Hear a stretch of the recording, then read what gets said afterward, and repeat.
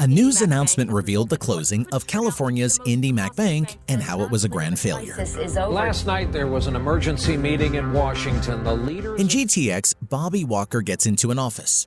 Nan, his office assistant, followed him in and told him Sally Wilcox was waiting for him in the conference room. Bobby then went to the staff room and saw everyone was looking sad. He asked them what was wrong, but no one could tell him. So he got up and went to Connell's office. What happened? Somebody die? Bobby asked Connell what had happened. Connell told him that they had closed the mobile phone division in Newport News. He also mentioned that they had integrated the ship system with a rail product. Corporate speak for, we're cutting jobs, but making it sound innovative. Bobby then went to Sally's office and asked her what had happened. Sally introduced him to Dick Landry from the legal department. Landry explained to Bobby that the company had made a division change and that they would provide him with benefits to compensate for the 12 years they had worked together. You're 12 years with us entitled to 12 weeks full pay and benefits. Bobby asked if they were firing him. Sally assured him that they would also provide opportunities for further employment services. He angrily asked if Gene knew about their decision. Sally asked him to sit down, but he refused and left the room. You know what, Sally? F*** off.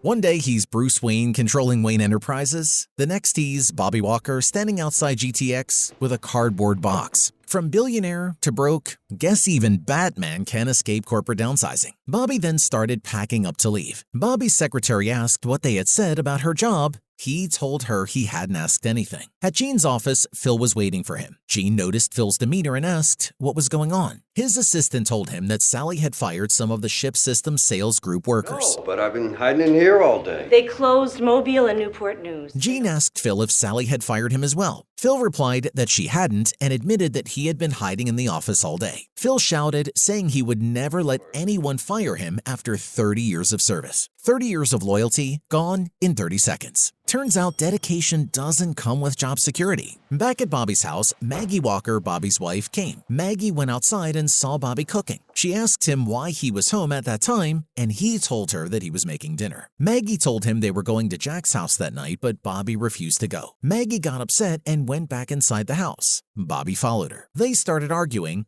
questioning why he wasn't going with them and asking why he hated Jack. Bobby then told her that he had been fired. They fired me today.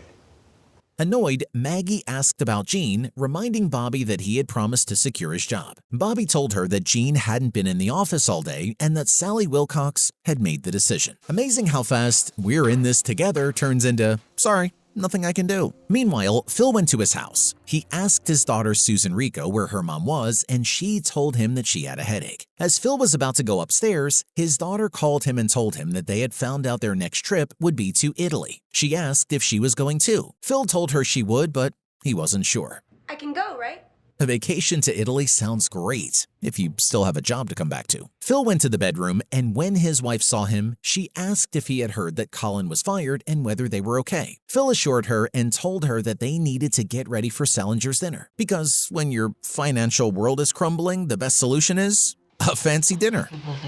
You don't have to come if you're not feeling up to it. Just give me a minute. At the same time, Gene is standing numbly in front of a table, putting ice in his bottle. His wife came up behind him and told him that they had to leave early, reminding him that they shouldn't be late again. Bobby, Maggie, and their children arrived at Jack's home. They went inside and greeted everyone. Jack asked Bobby how he was transitioning from his high-paying Africa job to another one. While they were talking, the birthday lady came in, and Bobby told her that she didn't look 35, but more like a 21-year-old. They both laughed. She invited Bobby to have a drink. Why don't you grab yourself a drink, Bobby? We got some margaritas in the blender. At the Man of the Year celebration, the host introduced Gene McClary, Executive Vice President of GTX, as one of its first employees. Gene took the stage, recalling his patience during tough times for the company and praising James for growing GTX into a massive organization. Gene then invited James to the front. James thanked the audience and acknowledged that building GTX wasn't easy, but it was made possible with Gene's help.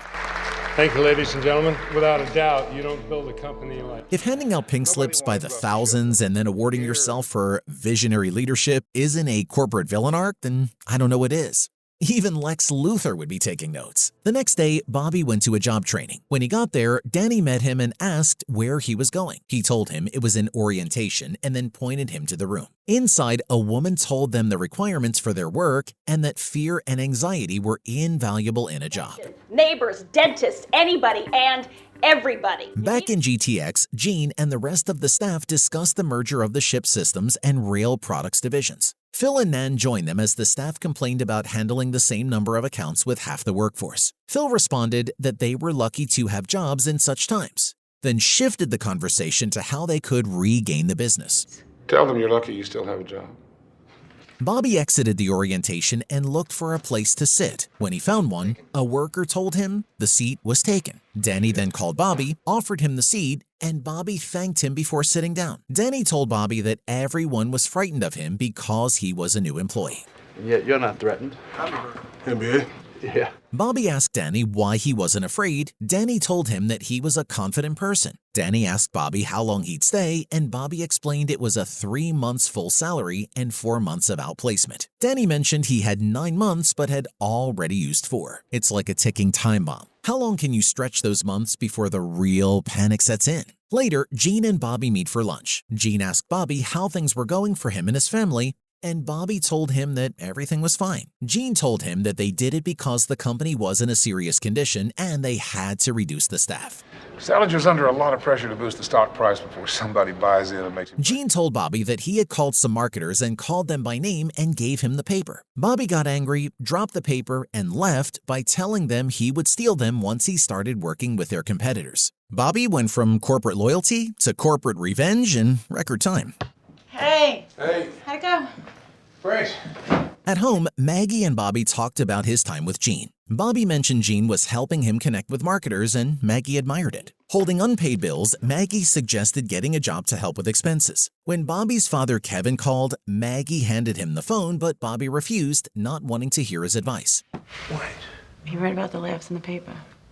so what? At the office, James and Gene reminisced about good times. James invited Gene and Cynthia to join them at Sun Valley for the new year, but Gene hesitated, mentioning his grandkid would be visiting. At home, Gene lay outside when Cynthia approached and asked if everything was okay. He mentioned having lunch with Bobby and expecting him to throw a drink in his face. Cynthia then said she and Sue were planning a weekend trip to Palm Beach and asked for the corporate jet. Seeing Gene's reaction, she quickly added they would take commercial flights instead. Fine, we'll fly commercial. Meanwhile, Maggie brought up the idea of selling their house, but he refused. We're not gonna get started. He then headed to an interview, driving separately while Maggie took the kids. Bruce Wayne would just buy another mansion without blinking. Bobby Walker, he's clinging to a life he can no longer afford, hoping no one notices. The interviewer reviewed his experience in sales and asked about regional sales, which he confirmed. She offered $65,000 per year for a position outside his area. Angry, Bobby argued he made $120,000 at GTX and applied for VP of Marketing. She replied they had highly qualified applicants, to which he insisted he was one. I'm a highly qualified applicant for that position. After this, Bobby went to the office and started calling marketers about job openings, but all responses were negative. Phil Knight built Nike from nothing into a billion-dollar empire. Bobby Walker? At this rate, he'll be lucky to sell sneakers out of his trunk just to cover rent. Bobby then kept calling Sally, leaving voicemail when she didn't respond. Hi, Sally. Bob Walker. Thanks for not returning any of my phone. Bobby then went back home. Outside, Drew was sitting alone. Bobby asked what was wrong, and Drew assured him he could handle things as he was growing up. Bobby then told him he had lost his job, but everything would be fine. I lost my job. At Jack's house for Thanksgiving, the men discussed business while Fran served food. Jack asked Bobby about work, and Bobby gave a vague answer. Jack mentioned reading that Salinger made 700 times more than the average GTX worker. A timely reminder that the ones at the top rarely feel the pain of those at the bottom. Before eating, Carson prayed, thanking God for their health and asking for her dad to find a job, exposing Bobby's unemployment to everyone. Jack offered Bobby a job, but he refused. Could always use some extra help this winter. Hanging drywall. Meanwhile, James and his business partner discussed financial losses, considering selling the new business or closing the existing business. They ultimately decided on layoffs. Gene privately told James he disagrees with the decision, but James dismissed him. I've always told you what I thought, right or wrong, and this is wrong. Of course, the first solution is layoffs. Not executive pay cuts or restructuring, just cutting the workforce. Later in bed, Maggie and Bobby discussed finances. Maggie mentioned that if they lowered their house price, they could sell it for $850,000. She questioned why Bobby refused Jack's offer, and Bobby insisted he wouldn't work under him. At this point, pride is the only thing Bobby has left, and he's holding on to it for dear life. Jean and Sally are also on the bed. Jean asked her about the criteria for downsizing. She then got annoyed and left him in the bed. Sally. Bobby and his teammate went golfing, but Bobby is told he didn't pay for his membership. He then went to Maggie to ask what was going on. Maggie explained they couldn't afford the upcoming month's payment and urged him to stop golfing and find work to pay the mortgage. Bobby wanted to appear successful, but Maggie reminded him of their reality and asked him to cancel the golf plans. Nothing says fall from grace like getting kicked off the golf course. Later, Bobby and Maggie had a heartfelt conversation. Bobby expressed hopelessness, shouting that at 37 he couldn't afford to support his family. Maggie reassured him, saying everything would be fine and that his family was there for him, offering a comforting hug. Bobby attended the job interview. The interview mentioned a great recommendation from Dan Mass. The position has a $90,000 salary plus commission and bonuses. The man told him that even though he can't promise him anything, with Dan's recommendation and his resume, he seems like the right person for the job. Finally, a lifeline, or so it seems. With Dan's recommendation and your resume, you seem like the right fit for the job. But when he called later to ask about the job, he was told that it was not available anymore. Later, Bobby, heartbroken, watched as the person he sold his car to drive it off. First the golf membership, now the car. Bobby is watching his old life disappear, piece by piece. At a party, Phil approached Jean and revealed that Sally had fired him. Jean went to his office and confronted Sally, who handed him a paper saying he was also fired. Jean and Phil discussed their long dedication to the company, feeling betrayed. Jean went home but ignored his wife's calls to go upstairs. Meanwhile, Phil started a new job on the factory floor at Joanna's office, surprising Bobby and the team. Joanna asks Phil a question about whether he smokes or not. When he tells her that he smokes sometimes, she tells him to quit. He then leaves for the office. You're pushing 60 and you look like hell. You're gonna have a rough time out there. Bobby goes to Phil's new office and talks to him about the separate office, saying the company has to pay extra. Phil replies that this is the least the company can do for him. Phil then asks Bobby about the dress code, and Bobby tells him it is fine to wear casual clothes. At home, Bobby talks on the phone with a mortgage company. He tells them that he spoke with someone from their office last week, and they said he hadn't paid for this month. However, if they want, he can write a check and send it to them. Maggie joins him from upstairs and listens to the conversation while smiling. After he finishes the call, she asks him who he was talking to, and Bobby tells her it was the mortgage company. Which one, American Express? Maggie tells Bobby that Yvette asked her to work tomorrow night. Bobby replies that it's New Year's Eve. Drew joins them and asks Bobby if he can drive him over to Kyle's. Bobby tells him he is busy. Disappointed, Drew goes back upstairs. Halo?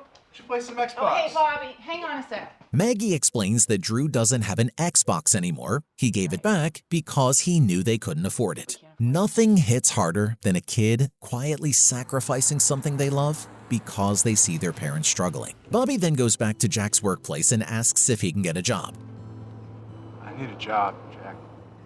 He then started working that same day. Bobby starts carrying timber as Jack works in construction. Bobby gets tired and Jack tells him to carry 2 more. He has played a billionaire and a business mogul. Now, he's a guy struggling to carry a 2x4. That's some real-life character development. They sit and eat their lunch in one of the rooms they are working on. Bobby sits separately looking at his hands. One of Jack's workers approaches him and tells him that the gloves he is using are new, which is why he got blisters. He then gives Bobby an old pair of gloves. A small but powerful moment. Bobby isn't just learning the job, he's learning humility. The next morning, Bobby goes to work where he is sandblasting. They tell him to add another sack to the mix because it is too thin. Jack looks at Bobby and sarcastically comments on how easy the job is, like moving cost reports from the outbox. Insane on it. Meanwhile, Jean and Sally are at their house. She asks him what his plan is for today and tells him that Ed and Dana, her old friends, have invited them to dinner tonight. Phil goes for an interview. When he introduces himself at the receptionist tells him to sign it and take a seat. There are many applicants, and the line is long. Jack gives Bobby a paycheck. Bobby sees that there is an extra $200 and asks Jack about it. Jack replies that it may be a mistake and tells him to keep it. Must have made a mistake, Bob. Jean goes to dinner with Sally and her old friends. He seems unhappy but pretends to be enjoying himself. Jean still playing the role of a man who has control, when in reality, he has none. Bobby and his family move into Bobby's parents' house. Bobby goes to Drew's bedroom, where Drew is lying in bed with his earphones on. Bobby takes off the earphones and asks if he's okay with sleeping in the same room as his sister for a while. Drew says it's fine. Once, he bought sneakers without looking at the price tag. Now, he's deciding which ones to sell just to get by. Phil Knight would be disappointed. Liam, Jean's son, and his family come to Jean's house. Jean and Liam talk while Billy's family plays outside. Jean tells Liam that he is trying to get a vineyard in June and is also looking for a job. Liam asks Jean if he has talked to his mother. Liam then tells Jean that she is thinking of selling the house and is having a rough time. She's having a pretty rough time. She's talking about selling the house. Bobby goes to work. Mike isn't there, and Bobby asks where he is. He is told that Mike was busted again for assault and drunken and disorderly conduct. Bobby then told Jack that he knows someone who can work for him. Following this, Danny joined the team and started working.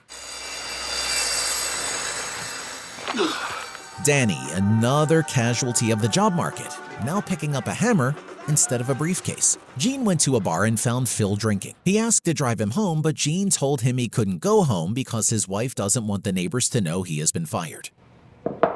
Want to go to the movies? Meanwhile, Bobby returned home and his mother told him someone named Fred Munder called and offered him a position. Even though the job is in Boston, Bobby decided to go. Maggie is skeptical, but Bobby told her the job is Vice President of Sales and Marketing. And that is exactly the job he fits in. This is it. This is me. This is my job. I don't know what else I can look for. A vice president title again? Sounds like a dream, except dreams don't usually come with fine print. Like they say in Argo, this is the best bad idea we have. Bobby went to Boston and stayed in a motel. In the morning, he went into an office for an interview, but he is told his appointment is actually for next week and not this Friday. You say you have an appointment? Yes, at 10. I don't see it. Phil meets James for lunch. He brought up his job opening about foreign executives and he was interested, but James told him that he can't hire anyone above 30 for this job. I wouldn't hire anyone over 30 for that job. It's a killer. Apparently, decades of experience mean nothing if you're on the wrong side of 30. Later that night, Jean found Phil angry, throwing stones at the GTX building from afar. Phil told him of his financial stresses, but there is nothing they could do. Back at his house, Phil washed the dishes. He then went to his garage and smoked before getting in his car. He closed the garage door, started his car, and unalived himself with carbon monoxide poisoning. The next day, Jean, Bobby, and the others attended Phil's funeral. A devastating but all too common end for those who feel like they've lost everything. After this, Bobby and Jean walked in the first place they worked at. Jean reminisced about the old days, but now everything is gone. Now everything I spent 30 years trying to build for myself and everybody else is... Bobby then went back to his house and apologized to Maggie for letting her down, but she told him everything would pass. Yeah, I did. The next day, Jean went to GTX to talk to James and asked why he didn't attend Phil's funeral. But James instead talks about Phil's wife. Jean asked why he fired his employees if the company was good. But James insisted what he did was for the good of the company. We did what the market required of us to survive. Back at his house, Bobby received a call from Jean about a job. Later that day, he went to see Jack and told him that Jean offered him a job, but he is thinking of staying with him because he prefers this job. Jack then told him that he better take the job because he is a bad carpenter. You should take that job. You're a shitty carpenter. Jean, now who has opened his own company called McClary Maritime Associates, is sitting in his office. Sally walked into the office and congratulated him. She asked if they could have lunch, but Jean rejected the offer. As she leaves, she asks to consider her for possible associates. Keep me in mind for a possible associate. With new energy, Bobby walked into his office and greeted the employees. He then immediately started giving orders and got to work. Don't complain about the luxury accommodations here. Bobby, back in the corporate world, but this time with a different perspective. We work as hard in here every day as we did trying to get a job. We're gonna be all right.